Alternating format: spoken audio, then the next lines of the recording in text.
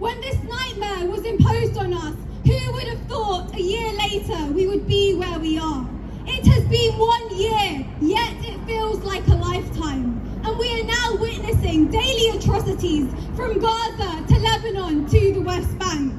Today, Israel has extended its unrelenting aggression against my people to over 1 million others among my family who are now fleeing the same war machine, but in Lebanon.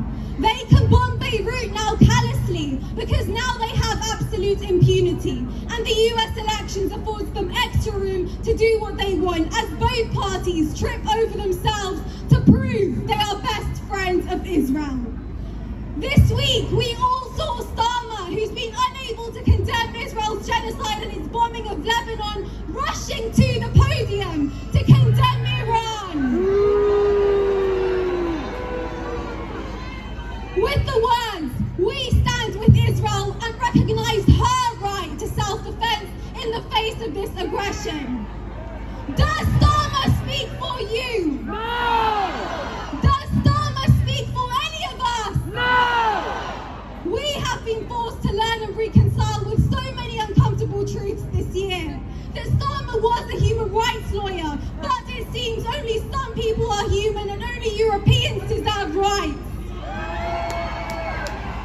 Though David Lammy made his name as a supposed anti-racist, but today does the bidding for the most vile, racist apartheid state. That there is over a liberal rules-based order, but it is only a stick to beat others with and to be applied selectively, hypocritical, obsolete and brutal. That the Western media is free to lie, deceive and unconditionally back a genocidal regime. And that political systems in the West, both left and right, give you choice.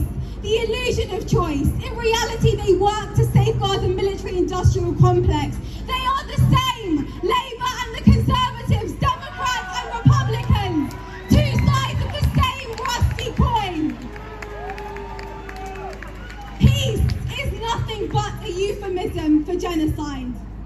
And that there is a hierarchy of humanity and a myth of universal human rights. That the West supposedly detests the killing of civilians unless those civilians happen to be born in Palestine or Lebanon or hold another faith. Then they are not civilians. Muslim mothers don't feel pain. Muslim children aren't terrified of bombs. They don't cry like Westerners cry. And that they care about international law, but will sanction anyone trying to defy their settler colonial friends and their killing machines. The ICC is toothless. It took Karim Khan, the chief prosecutor, 1 week to begin proceedings against Putin. Yet a year into the most documented genocide in history, he is still sitting on his hands. We have grown a lot this year. We have become aware of the intrinsic inequalities of a system that hates justice and a people that love hypocrisy. But our movement is one that will not be suppressed. The dead, the fallen, the slaughtered need us to keep going, to raise our voices. We cannot give up. We have to keep organising. We have to make sure all our efforts are in line with stopping this genocide. I want to end with a message to our sisters and brothers in the United States. You are sitting in the heart of this evil empire. You have an opportunity, especially in the swing states of Michigan, Pennsylvania, Georgia and the like, to vote down these democratic genociders. Vote for a third party.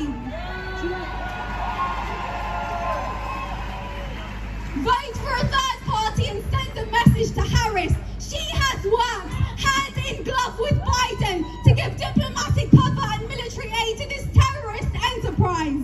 Don't let them get away with it. Don't vote Harris on November the 5th. You have it within your gift to make the Gaza vote count. So please, for the world, use your vote wisely and don't let them rubber stamp you into vote. Don't let them scare you into rubber stamping their genocide. People told me that when I stood for Gaza, I was a dreamer, that I was wasting my time and energy. Yet I came within 500 votes of defeating a senior government minister.